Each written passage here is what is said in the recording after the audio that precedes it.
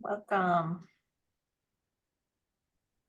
All right, it is 30 minutes past the hour, so we will go ahead and get started. And as people pop in, we'll continue the conversation. I'd like to start out by welcoming Dr. Renee Bhatti-Klug to the Center for the Study of Higher Education at University College Dublin to give a webinar on becoming culturally intelligent. Renee is the founder and principal of Culturally Intelligent Training and Consulting, which is a US-based organizational transformation and leadership development consultancy that respects the process of change. And I was very lucky to sit on Renee's dissertation committee. So I've been familiar with this work for a good probably 4 or 5-ish years now to see it evolve. So to see her step out into her own consultancy is just absolutely not surprising and incredible, and very excited to see how the work has evolved and to engage with you this afternoon for us and morning for you. So thank you for getting up early and rearranging your schedule to be with us. Yeah, no, thank you so much, Lee and David. I appreciate your asking me to be here, and welcome everyone. As we get started, you can, if you are here with us live, not after the webinar concludes, but anybody who's here live, I invite you to use this QR code to access Poll Everywhere, because I will be inviting you to participate throughout this webinar. It's a really good way to get engagement and gather data. So welcome everyone.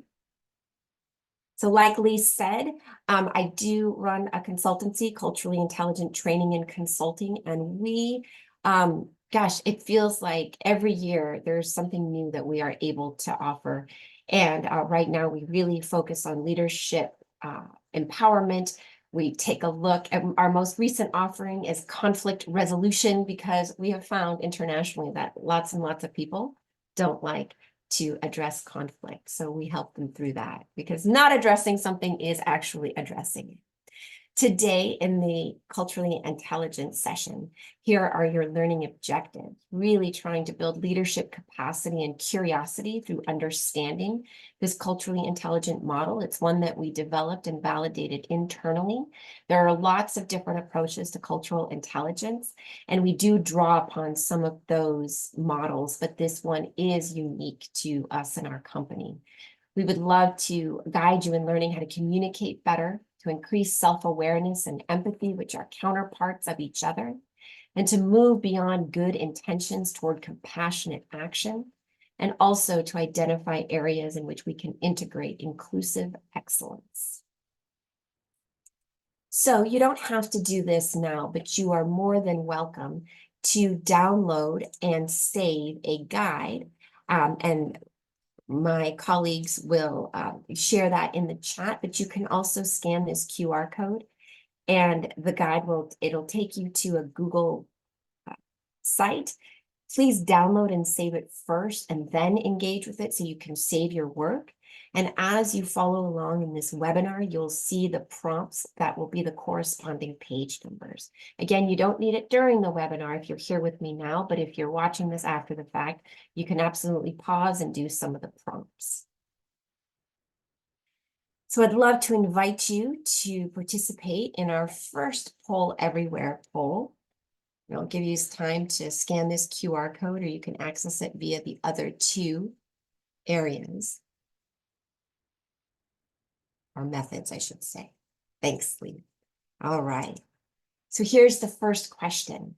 I'd love for you to think of the person who makes you feel most heard, understood, and like you belong. You don't have to share the person, but what is it that they do that makes you feel this way? We have listen, observe, respond positively. I can just tell they are listening. They're not distracted, and they reflect and respect and love me. I see actively listen. Listen, tolerate, offer support. I see listen without judging. I see listen without judging twice. provide space, true interest, engage. So a theme that I'm seeing, and you're welcome to use the chat. What's a theme? I will tell you the theme that I'm seeing, but what's the theme that you're seeing already? Just in these handful of responses. Thank you so much for your engagement. You can put it, yes, listening. I see that in the chat. Absolutely. So we start there, and let's move forward to talk about the impact and how to allow others to feel a sense of belonging. So in developing cultural intelligence, those who are following along in the guide, this is going to be in the guide pages 3 to 7. We start here with cultural and social identities. Culture, of course, are the beliefs, customs, arts. It's kind of the vibe of a place. It can be very, very localized, or it can be national or even global in how we interact with people and how we identify ourselves. The word culture comes from the Latin root word cultus, or the French colère, which means to nurture, to tend to the earth, to grow. Hence this image of this person cultivating a garden. So cultures can be decimated, they can be made to flourish. But when we talk about social and cultural identities, they do vary throughout nations. But some things that are respective to at least an Irish audience is ability and disability, whether or not we come to the table with any visible or invisible disabilities. And always remembering that accommodations are good, but what we really want to strive for in true cultural transformation is accessibility. When we redesign not just systems, but also buildings and workplaces to make sure that all are invited and included and have access, we're tapping into that equity mindset and just equitable spaces. So there's all the more access for so many more people. Age. We have different generations, especially in a university setting. Each of us is getting a little bit older day by day. And I've loved being in the university setting. I was there for 25 years as an educator. And I loved having to transform the way that I thought and spoke based on new generations of students that were coming. Language that I used to use in presentations, I had to unuse. Like the word in the United States, sus, in my generation, I'm Gen X, used to mean to flesh out and to kind of sort out. Now it means suspicious or suspect. So totally different usage of the same word, but it doesn't work anymore unless I'm in a room with peers. Ethnicity and nationality, in which ethnicity absolutely can be measured via our DNA, and nationality, of course, are the countries to which we have citizenship. All of this can be underscored under race, which of course is a social construct, but I think has been used to either increase power of some and decrease power of others. And in Ireland specifically, the immigrant populations that have come in specifically historically with your Polish immigrants and now Ukrainian and even Nigerian and your traveler community. Also, we have gender identity and how we express that. I skipped over by mistake first in family, which I know that a lot of your universities are really trying to emphasize now, tapping in to the generational differences in inclusion, religion, sexual orientation, and socioeconomics. All of these things impact how we come into the world, how we view the world, and our experiences. And it behooves us, whether we are educators or students or leaders, and I think we're all leaders in one way or another, to remember that these identities show up differently among different people. Oftentimes, many of them are showing up at once. That's tapping into that intersectionality. And for us to overlook any one of them risks us overlooking people. And again, we get to know people as individuals, but we do factor in some of these social and cultural identities. So as we take a look at cultural intelligence, or CI, it's our ability to understand and guide how we feel, think, and act when we're communicating and engaging with people from different cultural backgrounds, tapping into that list that I just walked you through. This is the model for cultural intelligence that is on page 3 of your guide. Cultural intelligence is rooted in emotional, or as Esther Perel says, relational intelligence, which is our ability to understand and guide how we feel, think, and act as we're communicating with and engaging others. Emotional intelligence is most often demonstrated with people who share our social and cultural identities. As we move out of some of those identities, now we're moving across those cultural diversities, and now we're tapping into cultural intelligence because we quite likely have had to shift our thinking and possibly understand why we're feeling a certain way in order to behave differently. I'll give you an example using one of our consultants on our team.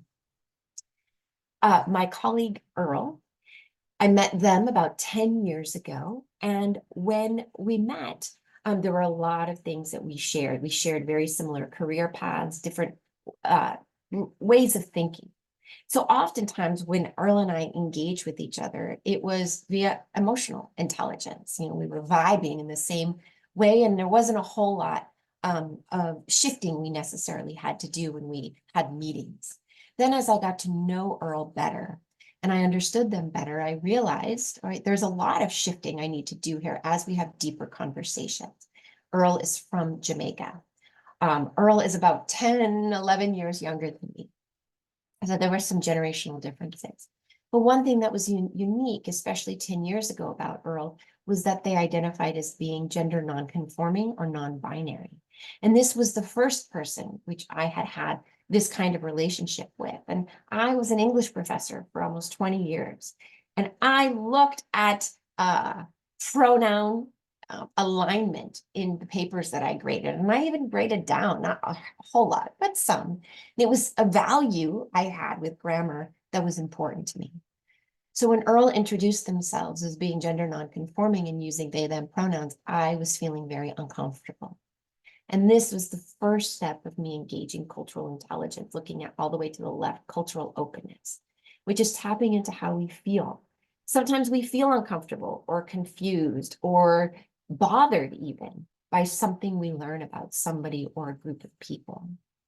But our openness is that willingness to learn, and not just about them, also ourselves. Yes, I needed to tap into my willingness to understand Earl's perspective and anybody who identified as being gender nonconforming. But I also had to be willing to take a look at my biases, where my hangups, kind of my history. And that's tapping into the leadership skill of curiosity. And I'll flesh this out as we move forward. I will not suss it out. Next, I had to really think about what it was that I already knew about pronouns or pronoun usage in this case, about why Earl and others, not just Earl, but others, and it wasn't always the same answer, wanted to us to use they, them pronouns or wanted to be referred to. I had to recognize all of the things that I knew and didn't know about it. This was tapping into the second capability of cultural awareness, which is that active process of learning about not just others, but also about ourselves, guided by the leadership skill of empathy. And then finally, once I learned about specifically why Earl wanted to use this, I had to make a decision based on all of that knowledge that I accumulated, which was what I was going to do in my behavior.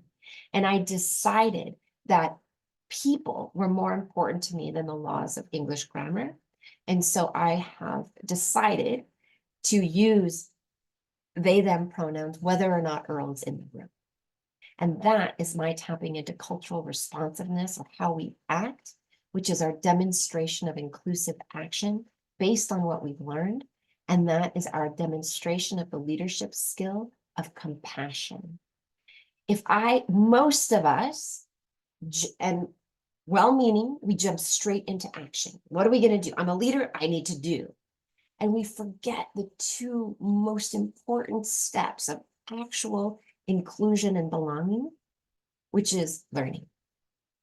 You all already said that one of the biggest things that other people do to make you feel like you belong is they listen. Listening happens well before our doing. So let's unpack this.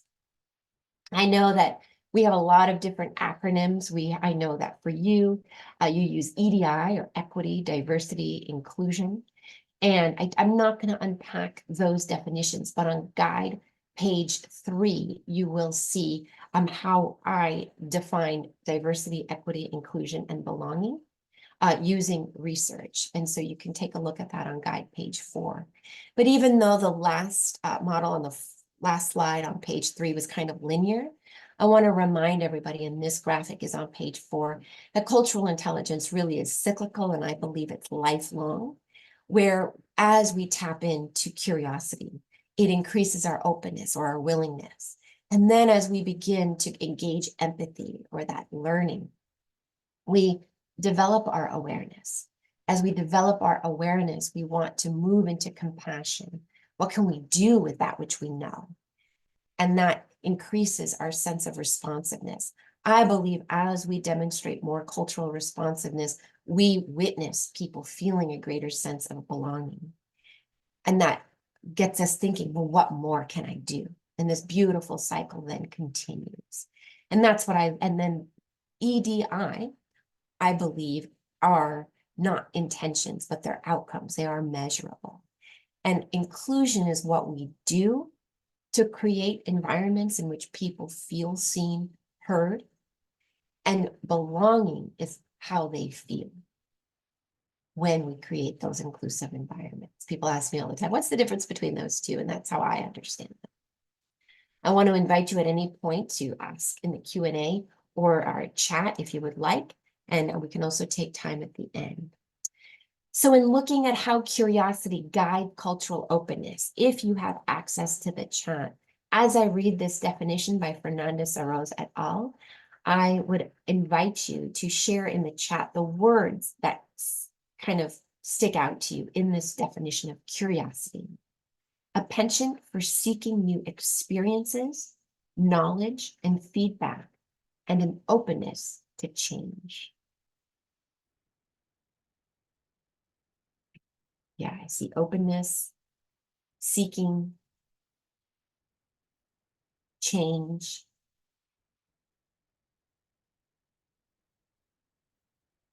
Good.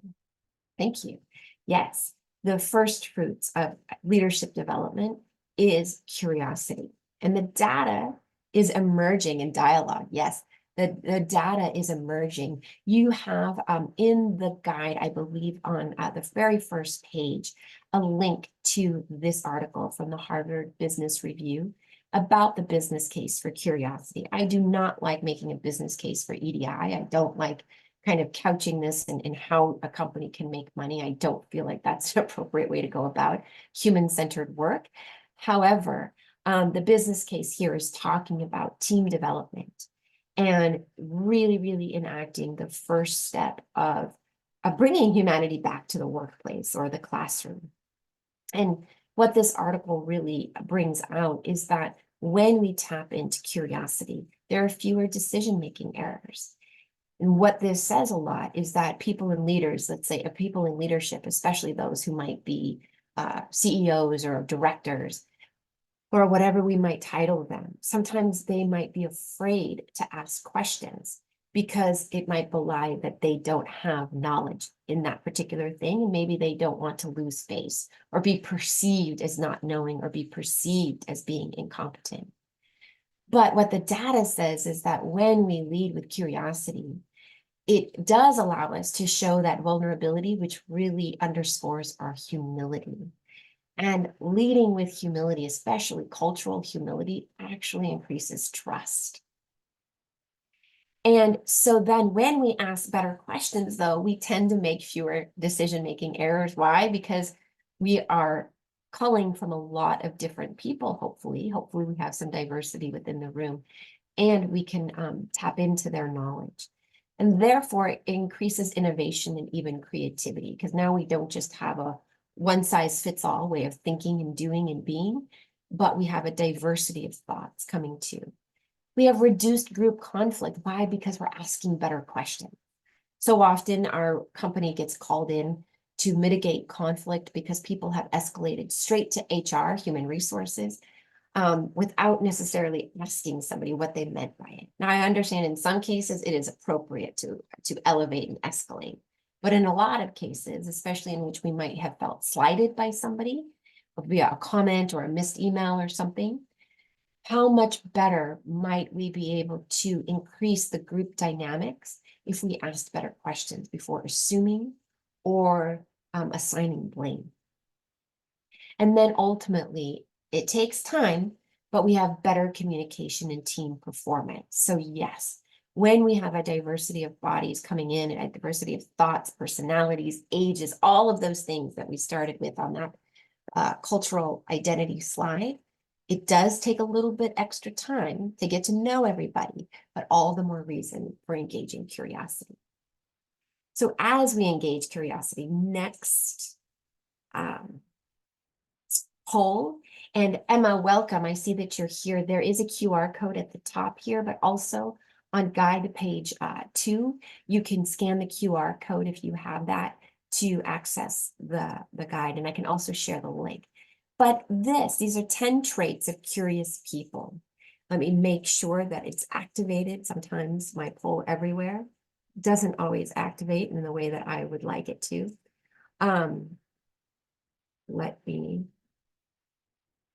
Yes, it should be alive and well.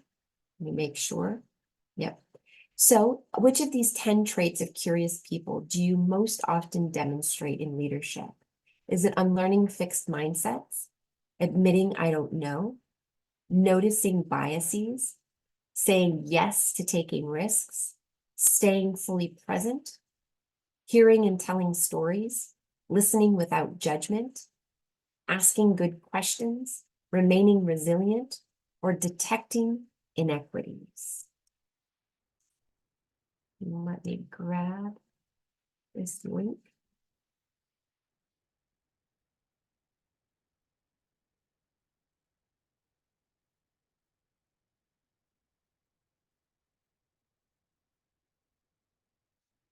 There are poll options. I don't know that those went to everybody though. All right. Good. Take about 5 more seconds. So what came in predominantly is 24% of you, 26 responses came in, was admitting I don't know. We have representation in each category, 12% with hearing and telling stories, listening without judgment, asking good questions, and detecting inequities. Keeping in mind that when we're in openness, it's not necessarily addressing the inequities yet. We're just detecting them. We're scanning the room. So here, remember that all of this is how we engage curiosity. All of these things are what we want to do. And I appreciate that the majority of you, I see a little tick up with hearing and telling stories, is a good way to start engaging curiosity. So here's what you all are doing really, really well. Let's be curious and look at same list. Which of these 10 traits of curious people is most challenging for you to demonstrate? And again, those of you who are watching this via YouTube, you will not be able to engage these polls, but we do appreciate your engagement in the webinar.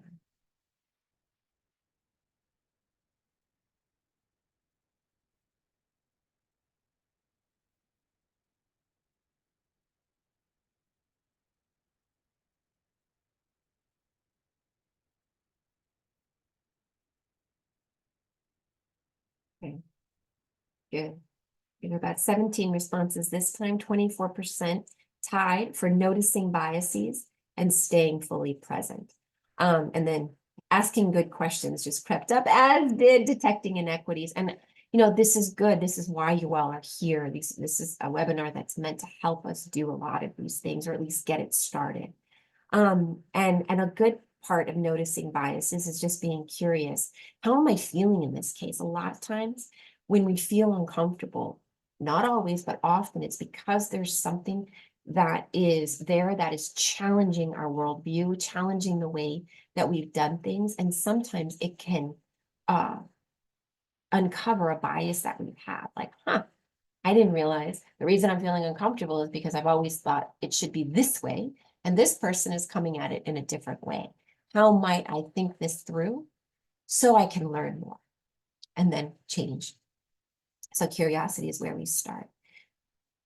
In your guide for afterwards, should you choose, I will not be collecting any homework from you, but there are these 10 skills of curious people that you can take a look at a little bit more.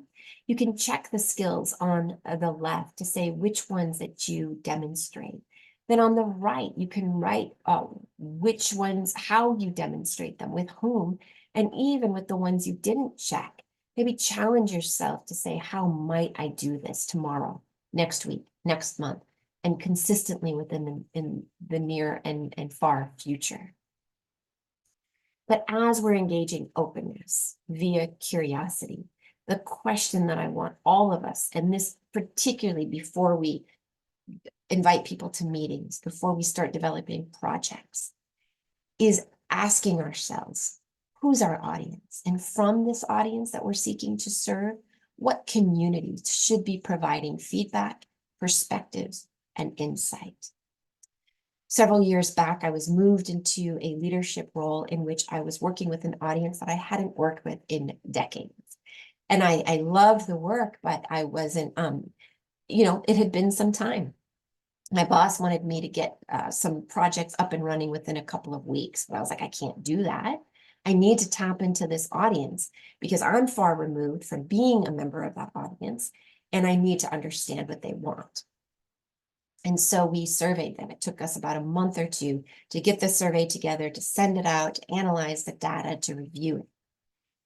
And what we found was that our ideas were good for an audience in 1997, in which it was not, because we had outgrown a lot, though we had aged out of a lot of the good ideas. And so this audience now was telling us what they wanted. And I will put a pin in this example and carry it through the rest of the presentation. So that's the question we want.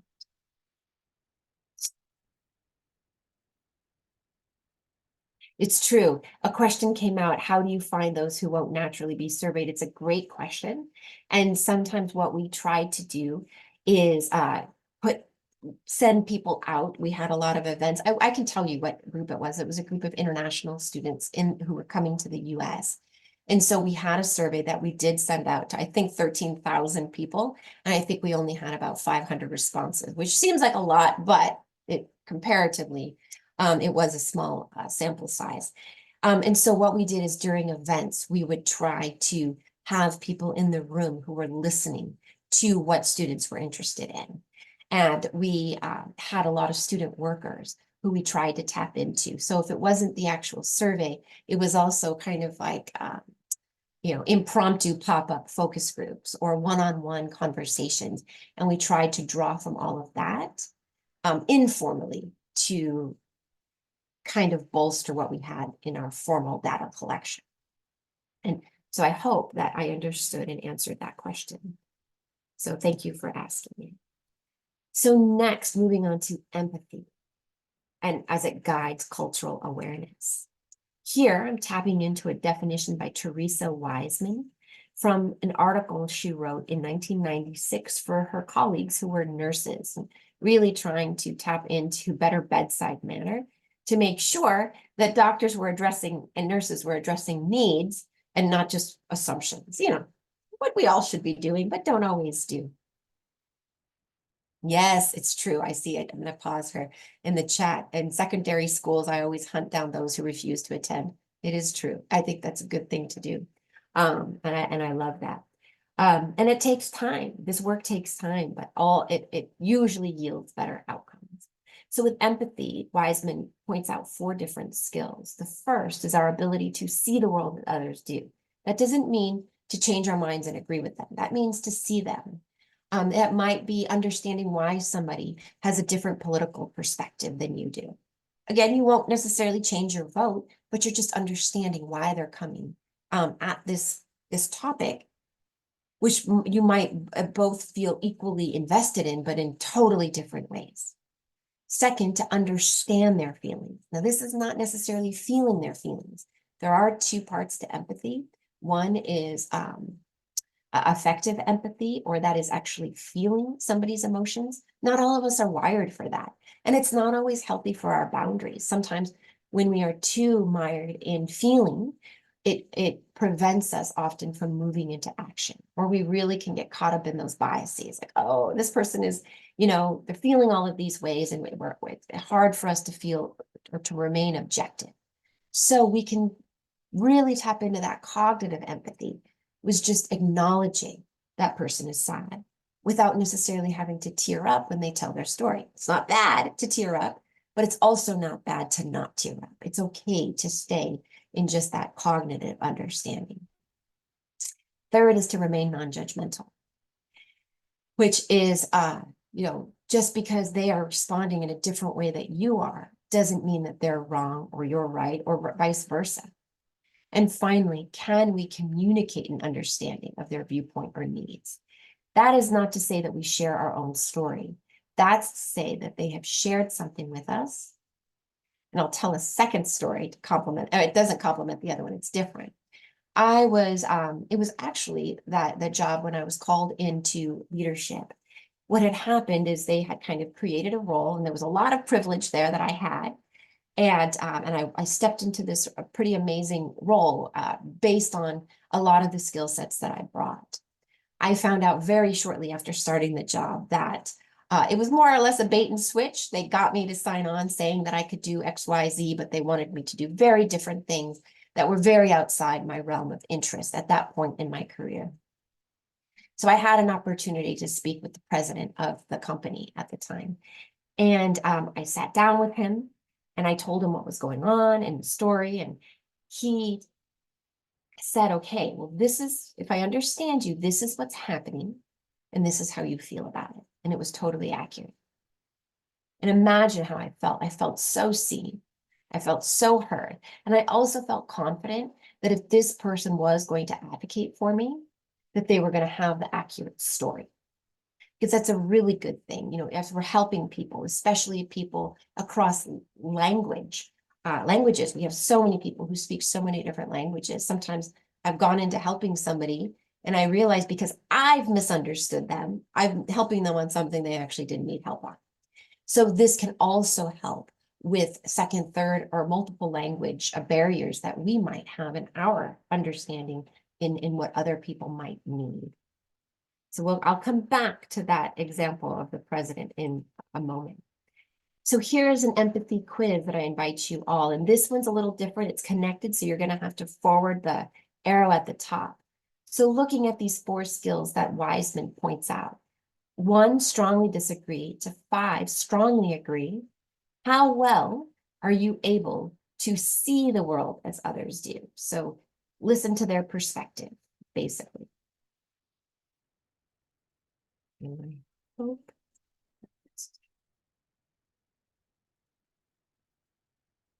Take about 10 seconds.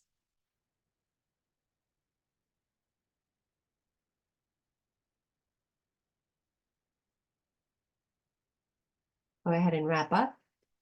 60% of you say 4, 40% say 5, strongly agree. This is good. And even if some of you didn't, or those of you watching the webinar, if you are at a 2 or a 3, that's okay. That actually shows cultural humility, that you recognize. It's better for you to recognize where maybe you can improve skills if you want to improve them, than to never acknowledge it at all. And then you get to decide, oh, like somebody was brave there and say, okay, yep, I'm at a 3. Second, I am able to understand or acknowledge others' feelings, but not necessarily feel them.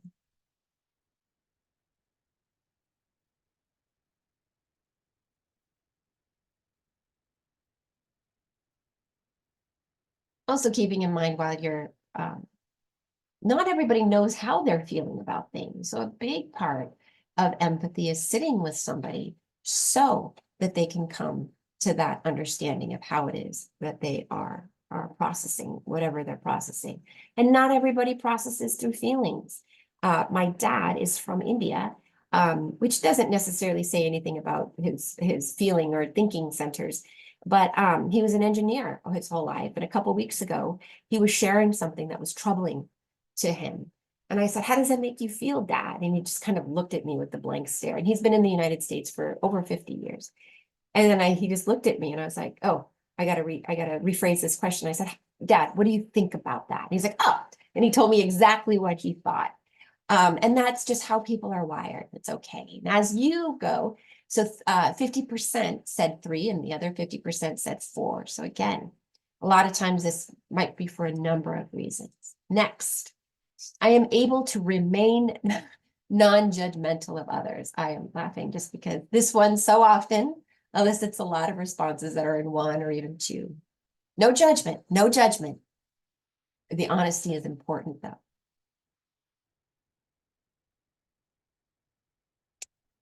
Take about 10 more seconds.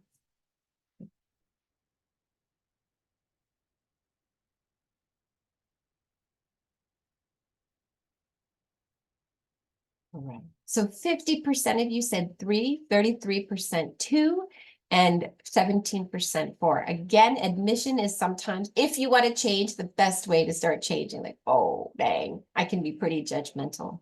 I have 3 children, 2 of whom are daughters. They're only a year and a half apart. One tends to be pretty dominant in the way that she engages the world, doesn't tend to emote. The other one tends to be kind of, she leads with her heart, and emotions are very, very easy for her to express. And sometimes they'll both experience the same thing, and that the younger one will emote in a way that, that shows her emotions. And the other one sometimes will go, it's not that bad. And I'm like, excuse me. And they're like, oh yeah, mom's telling us we're not being empathetic enough. And it's true, but the biggest part of empathy often is not just our ability to listen, but also to remain non-judgmental. Final skill, I am able to communicate an understanding of another person's viewpoint. So being able to repeat back to them what it is that they shared to confirm your understanding.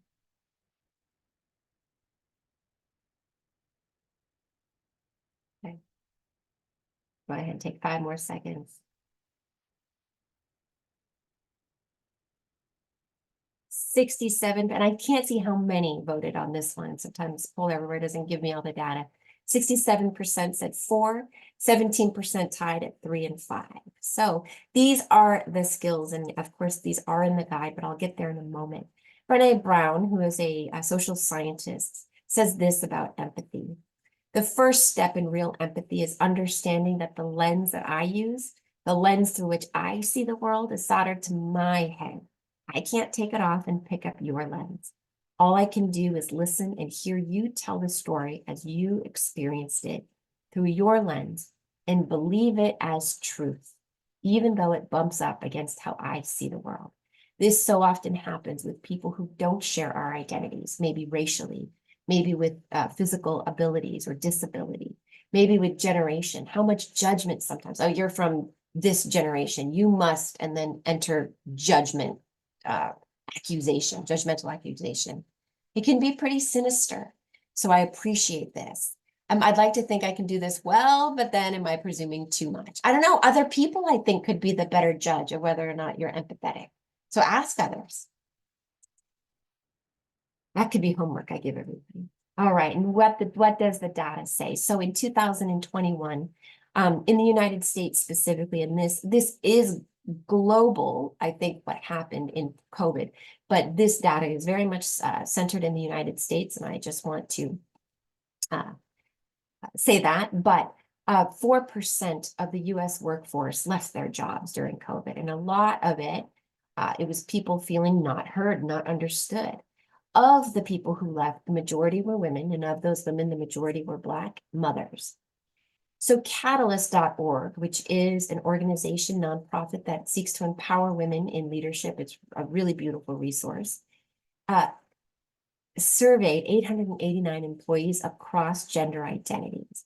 And what they discovered is that looking at these outcomes of innovation, engagement, retention, disaggregated between race, inclusivity and work-life balance, when people identified their leadership as being empathetic, those outcomes increased.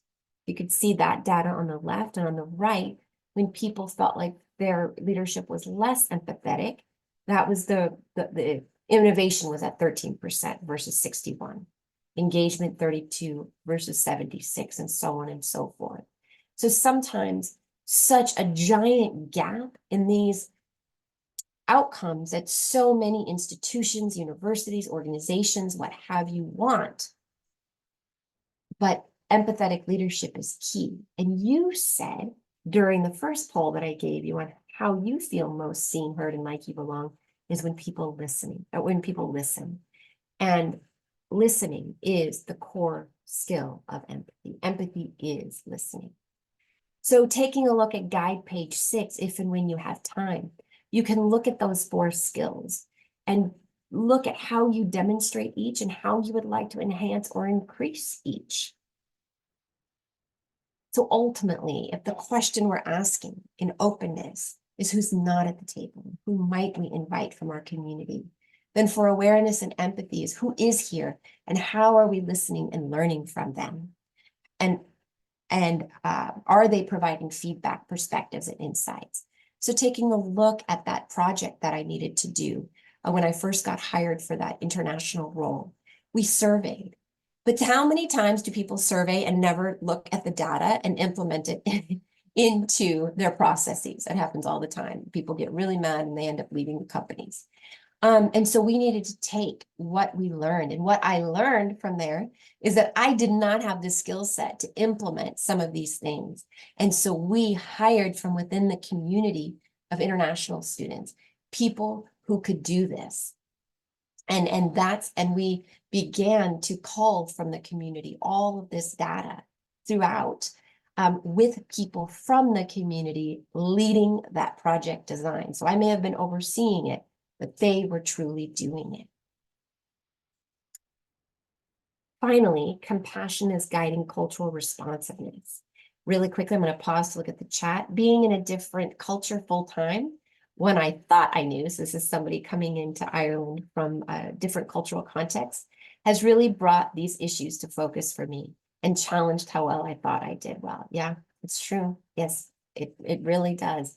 Sometimes you think, and sometimes certain cultures, we actually are more culturally intelligent in, and often it's because we feel more comfortable there.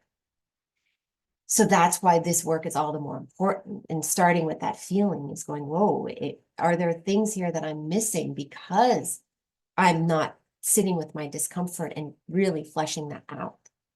I know it happens to all of us, or the places we choose to go or not choose to go. All of that. Compassion. Compassion oftentimes is equated with empathy, and although it is similar, it is actually beyond empathy. Compassion proves that empathy is real. This quote from the Greater Good Science Center at UC Berkeley underscores that. Empathy referring more generally to our ability to take the perspective of somebody else. Compassion is when those feelings and thoughts include the desire to help. You have this graphic on page 4. You see this left axis, a willingness to act as support, and right, understanding the other's experience from less all the way to more. Pity is less of either. It's the I feel sorry for you. Very few of us appreciate feeling pity.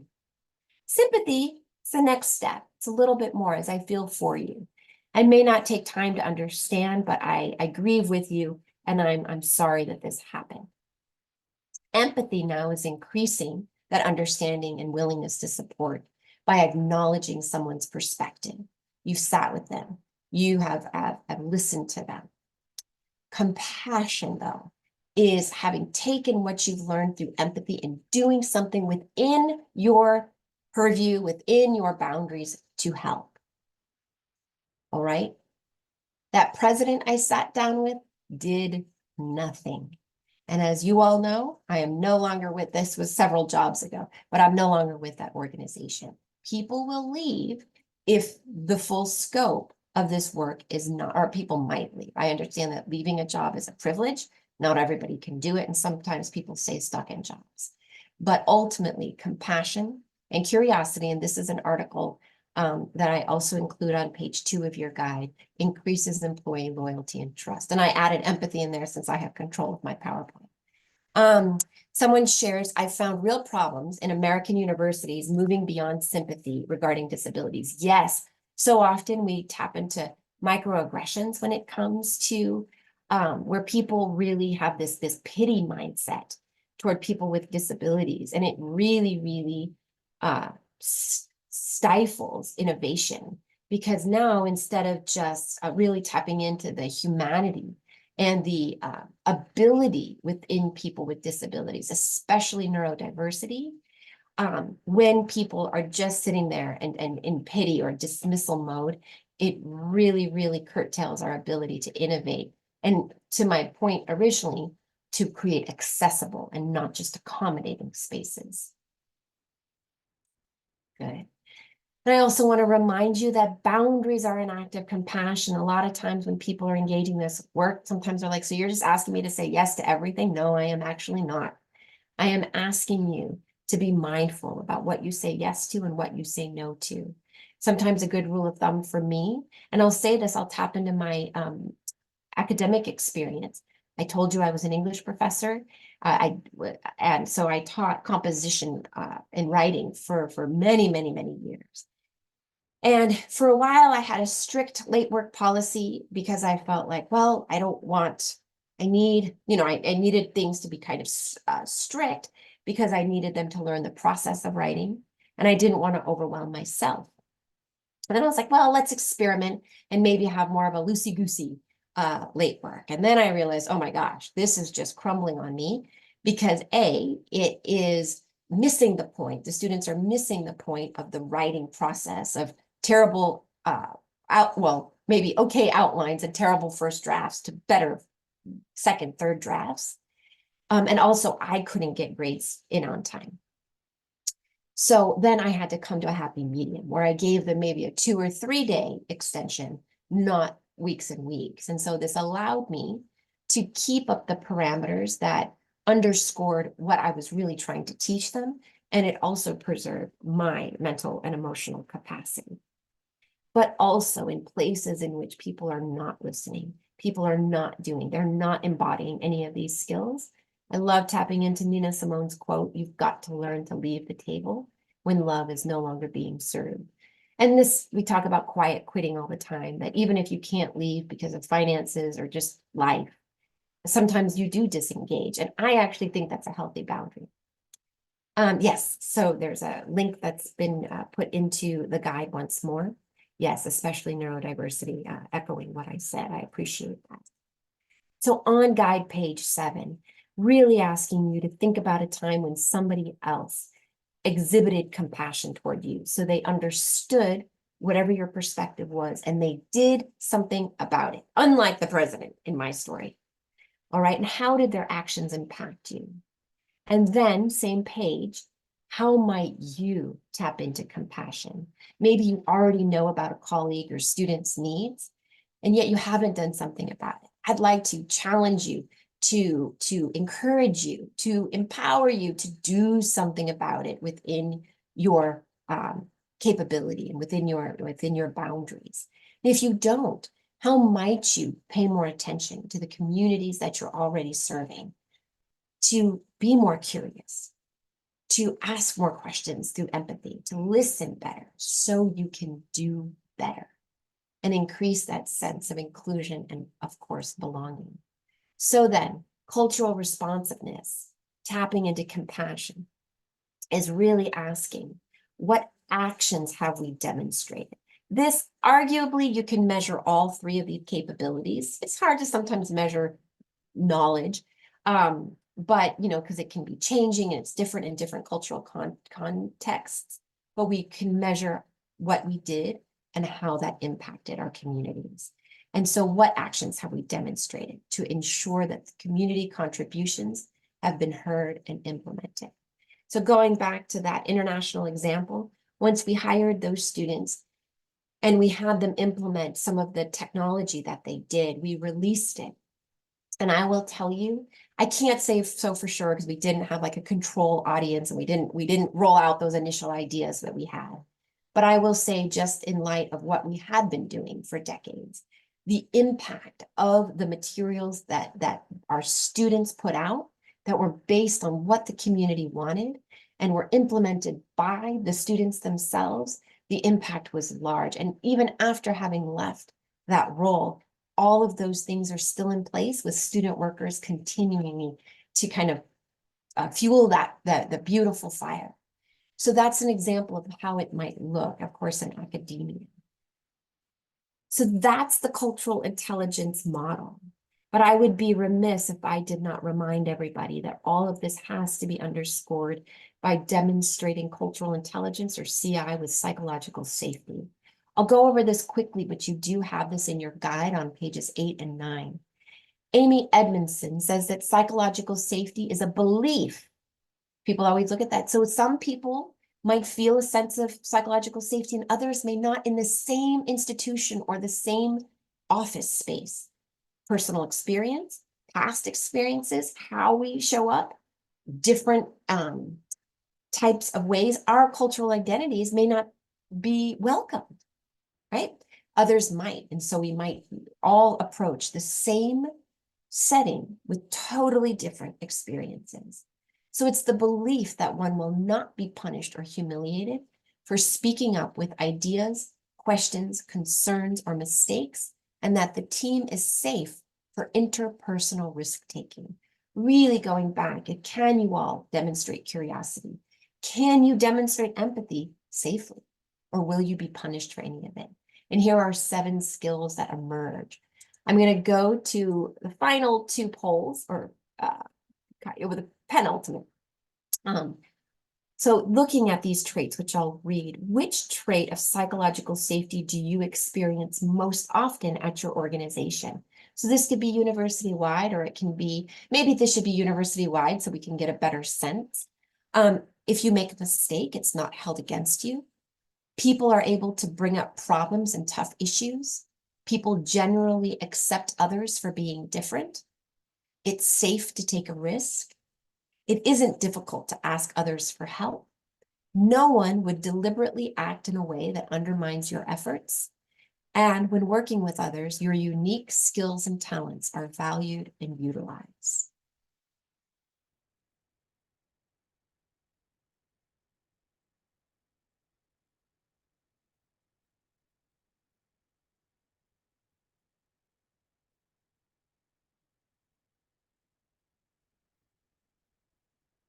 Go ahead and finish up.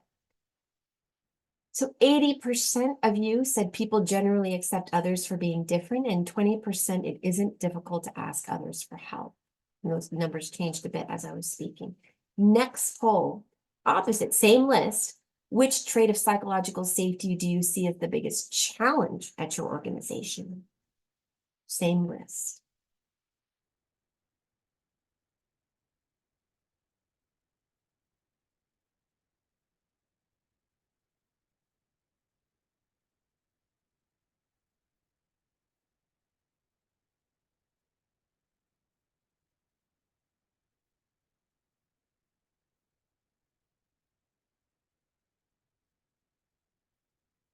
All right. 50% of you said when working with others, your unique skills and talents are valued and utilized, so that you're not feeling that sense. Maybe there is too much sameness. Maybe it is that there's structures in place that don't allow for that diversity of expression. Second is, if you make a mistake, it's not held against you. This very much taps in to psychological safety, of course, and a retribution. I meant retribution, not psychological safety, excuse me. And then it's safe to take a risk. Again, really going into that curiosity mindset. We did have some representation, and people are able to bring up problems and tough issues, and that kind of left, maybe they thought others were better. But yes, all of these things should be present in team dynamics. Let's rank your skills. So what you can do is you can drag and drop which one you feel from greatest, so put the one you feel, the skill you feel like you demonstrate most at the top, and then you can slide them. So I'll give you a few moments to do that, and we'll see how everybody shakes out.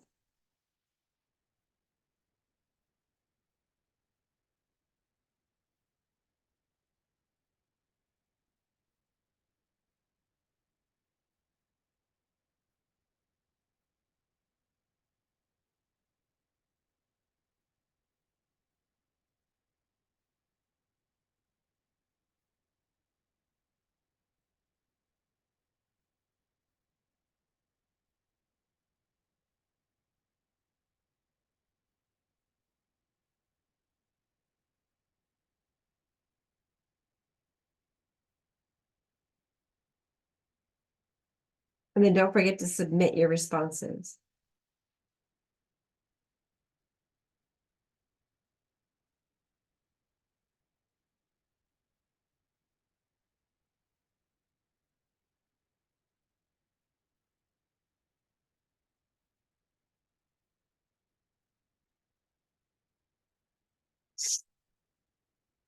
All right.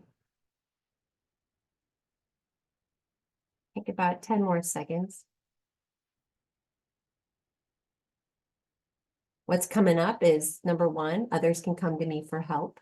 That is interesting. And this is sometimes different, but in academia, I've found that more people answer this, which I think maybe it's the nature of us kind of having a teaching spirit. Second, I accept others for being different. And third, I value and utilize people's unique skills and talents. Accepting others for being different just moved to number one. So, and you can see that there. So really what this underscores though, is that, yes, it's one thing to be critical, and I mean critical in a healthy way of our organizations, but we also have to take responsibility for our own actions, which is why I'm always interested in saying, okay, how am I doing this? Because what the data also says, especially in the classroom, is that as professors demonstrate inclusive skills without even needing to be explicit, like this is right now is me indicating representation, and now I'm doing this equitable practice. You don't have to be explicit about it.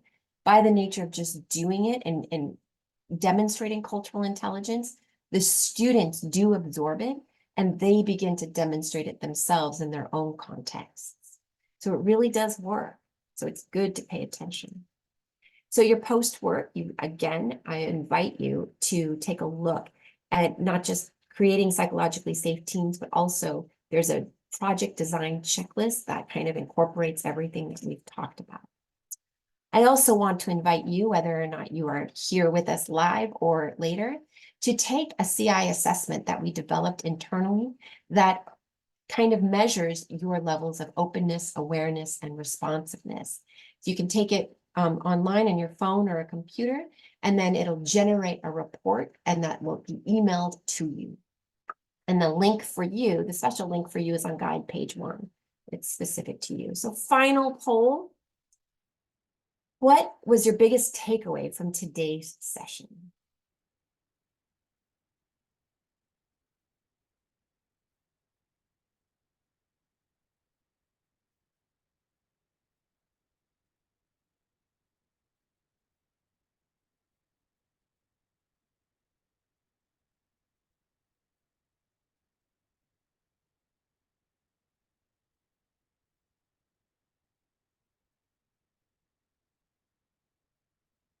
That we need to dedicate time and care to this work. You gave us so many great resources to get started. Thank you. Yes, at the end of the guide, there are more resources. There's a link to our webpage that has a bunch of resources. A lot of them are centered in the US, just as a warning, but I'm always interested in hearing from different countries. And I so appreciate your giving me the opportunity to be with you. I am doing more than I gave myself credit for. Excellent. I think the need for explicit work to help organizations with this, listen and understand to begin to act for others. Empathy and sympathy are different. Yes, so different. Anyway, we don't have a whole lot of time for questions, but I wanted to say thank you so much for your engagement. It was so much fun being with you. I'm always interested in getting feedback, and so I put the the link in the chat. And you can also, one more QR code. If there's one thing I do provide, it's QR codes. And so I love to hear your feedback. But any questions? as we wrap up. Just a quick note, Renee, to thank you so much. I know you've crammed that was usually hours worth of engagement into an hour. So we just got a taste for all the tremendous work behind what you've done, and the resource guide is invaluable, I think, in helping unpack some of those further issues. So just really, really thank you for coming, and thank all of the attendees. And well, we're at time. We'll stop the recording now because we weren't going to